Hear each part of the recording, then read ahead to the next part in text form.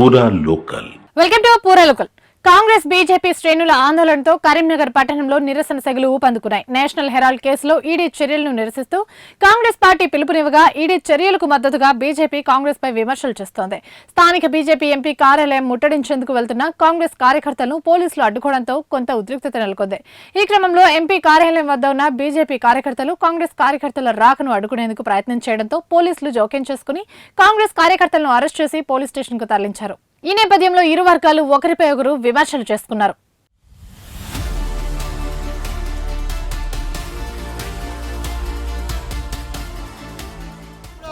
ఈరోజు భారతదేశంలో ప్రతిపక్ష పార్టీలపై నిరంకుశమైన పాలన చేస్తున్నటువంటి నరేంద్ర మోడీ ఇక నీ ఆటలు సాగవు.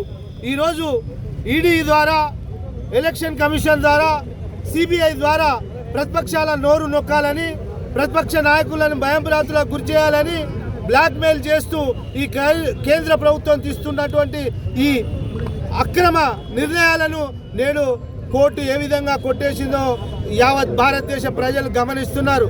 నిజంగా కూడా నేషనల్ హెరాల్డ్ కేసు అనేది, నేషనల్ హెరాల్డ్ అనే పత్రిక భారతదేశంలో స్వతంత్ర సమరయోధులు నిర్మించినటువంటి పత్రిక. అది ఆనాడు మోతీలాల్ నెహ్రూ, జవహర్లాల్ నెహ్రూ గారు ఆ పత్రిక ద్వారా దేశవ్యాప్తంగా స్వతంత్ర పోరాటం గురించి ప్రజలకు తెలియజేసినటువంటి పత్రిక నడిచే పరిస్థితిలో లేనప్పుడు, దానికి సంబంధించిన ఉద్యోగస్తులకు జీతాలు ఇవ్వలేని పరిస్థితిలో కాంగ్రెస్ పార్టీ కార్యకర్తలు రూపాయి జమ చేసి నేషనల్ అనే పత్రిక యొక్క కార్మికులకు జీతాలు ఇచ్చిన సందర్భంలో ఈరోజు దానికి సంబంధించి ఈ కేంద్ర ప్రభుత్వం ఇందులో ఏదో మనీ లాండరింగ్ జరిగిందని శ్రీమతి సోనియా గాంధీ గారిపై, రాహుల్ గాంధీ గారిపై ఈ రకమైనటువంటి ఈడీ దాడులు చేసి గంటల కొద్దీ ఎంక్వైరీలు చేసి వాళ్ళు సాధించింది ఏంది అంటే అసలు ఈడీకి ఈ యొక్క కేసుకు సంబంధం లేకుండా బ్లాక్మెయిల్ చేసే కార్యక్రమం ఈ కేంద్ర ప్రభుత్వం చేస్తుంది.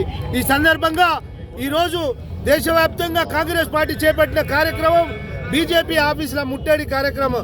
కానీ నగరంలో బీజేపీ ఆఫీసు లేనందున బాబాసాహెబ్ అంబేద్కర్ విగ్రహం దగ్గర మా యొక్క కార్యక్రమాన్ని మొదలుపెట్టి ఇక్కడ లోకల్గా ఉన్నటువంటి ఎంపీ కార్యాలయం వరకు ర్యాలీ తీస్తుంటే నేడు పోలీసులు మమ్మల్ని అడ్డుకోవడం జరిగింది.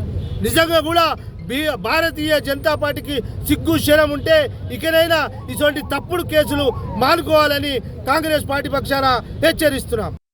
ఈరోజు ఏదైతే కాంగ్రెస్ పార్టీ దిగజారు రాజకీయాలు చేసుకుంటూ ఇతర పార్టీల ఆఫీసుల ముందు ధర్నాలు చేయాలనే నిర్ణయం ఏదైతే తీసుకున్నదో మనం తీవ్రంగా ఖండిస్తూ ఉన్నాం.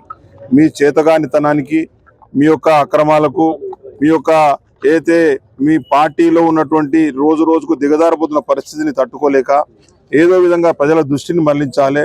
మీకు నేషనల్ హెరాల్డ్ కేసుకు సంబంధించి చట్టపరంగా జరుగుతున్న పోరాటంలో మరి భారతీయ జనతా పార్టీకి ఎలాంటి పాత్ర లేకున్నా కూడా మరి చట్టపరంగా జరుగుతున్న కార్యక్రమాలను దృష్టిలో ఉంచుకొని ఈ విధంగా మరి భారతీయ జనతా పార్టీ ఆఫీసులో ధర్నా చేస్తామని పిలువడం చాలా సిగ్గుచేయడం తెలియజేస్తా ఉన్నాను. మేము భారతీయ జనతా పార్టీ నాయకులను కానీ కార్యకర్తలు కానీ ఎవరు కూడా చేతులు ముడుచుకొని కూర్చోలేదు. తప్పకుండా కూడా భారతీయ జనతా పార్టీ వైపు కానీ, భారతీయ జనతా పార్టీ ఆఫీసుల వైపు కానీ కన్నెత్తి చూస్తే తప్పకుండా కూడా తీవ్ర స్థాయిలో ప్రతిఘటన కూడా ఉంటుంది. ఆ ప్రతిఘటన ఏ విధంగా ఉంటుందో కూడా మీరు రుచి చూసుకోవాలనుకుంటే మరి ఆ విధంగా మీరు చేయాల్సిన అవసరం ఉంది. తప్పితే ఈ విధంగా మరి భారతీయ జనతా పార్టీ ఆఫీసుల ముందు వచ్చి ప్రయత్నం చేసే ప్రయత్నాన్ని మేము తీవ్రంగా వ్యతిరేకిస్తా ఉన్నాం, ఖండిస్తా ఉన్నాం. ఈ రోజు కరీంనగర్ లో మా పార్టీ నాయకులు, కార్యకర్తలు అందరం కూడా ఉదయం నుంచి కూడా మా పార్టీ ఆఫీస్ వద్ద మేము తప్పకుండా కూడా సిద్ధంగా ఉన్నాం. ఎందుకంటే మీ పార్టీ రోజు రోజుకు దేశవ్యాప్తంగా ఎక్కడ ఎన్నిక జరిగినా కూడా మరి సింగిల్ డిజిట్ కు పరిమితం అవుతూ మరి ఈ విధంగా మరి దిగజారిపోతున్న పరిస్థితి. ఈ రోజు రాహుల్ గాంధీ నాయకత్వం ఏ విధంగా లోపమైంది, రాహుల్ గాంధీ నాయకత్వం లోపంగానే ప్రియాంక గాంధీ తీసుకురావడం, ప్రియాంక గాంధీ, రాహుల్ గాంధీ నాయకత్వం, ఇద్దరు నాయకత్వం విఫలమైన తర్వాత వాళ్ళ కొడుకుల్లో మనవలను తీసుకొచ్చే ప్రయత్నం. కుటుంబ వారసత్వ పార్టీ మీ పార్టీ. కుటుంబ వారసత్వంలో రాజకీయం చేసుకుంటూ ప్రజలు తిరస్కరిస్తున్న సందర్భంలో ఈ విధంగా ప్రజల దృష్టి మరిచి కార్యక్రమాలు చేస్తా ఉన్నారు.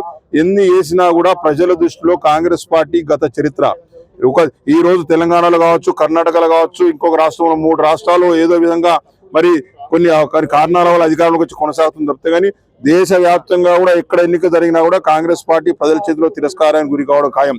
ఈ రోజు కరీంనగర్ లో మేమందరం కూడా మా పార్టీ ఆఫీస్ దగ్గర మేము ఉన్నాం. పొద్దు నుంచి కూడా తప్పకుండా కూడా ఈ విధమైనటువంటి పిలుపును కనుక వాళ్ళ బల్ల భవిష్యత్తులో ఇచ్చినట్టయితే దీనికి ప్రతి చర్య కూడా ఉంటుందని చెప్పి కూడా తెలియజేస్తా ఉన్నాం.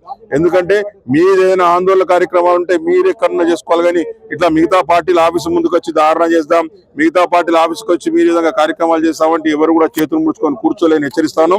తప్పకుండా కూడా భారతీయ జనతా పార్టీ రాబోయే రోజుల్లో తెలంగాణ రాష్ట్రంలో అధికారంలోకి వచ్చే పార్టీ భారతీయ జనతా పార్టీ.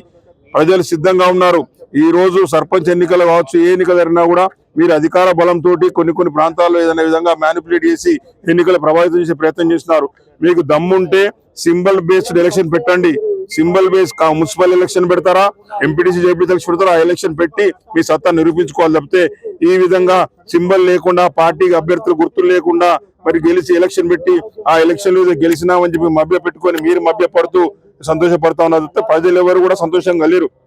మీరు ఇచ్చిన ఏ హామీలు కూడా ఈ రాష్ట్రంలో మీరు పూర్తిగా చేయలేదు. అవన్నీ కూడా ప్రజలు గమనిస్తా ఉన్నారు. పెన్షన్ల కాంచి మొదలెడితే ప్రతి కార్యక్రమంలో కూడా మీరు ఫెయిల్ అయిపోయినటువంటి పార్టీ కాంగ్రెస్ పార్టీ ప్రభుత్వం. తప్పకుండా కూడా ఇటువంటి చర్యలకు పాల్పడితే మాత్రం తగిన రీతిలో బుద్ధి చెప్పడం జరుగుతుంది. ఇప్పటికే మేము ఏ ఎన్నిక వచ్చినా కూడా పార్టీ పరంగా ఎన్నిక వస్తే కరీంనగర్ లో కాదు, తెలంగాణ రాష్ట్రంలో ఏ జిల్లాలో కూడా భారతీయ జనతా పార్టీ గెలుపుని ఎవరు కూడా ఆపలేరు తెలియస్తాను.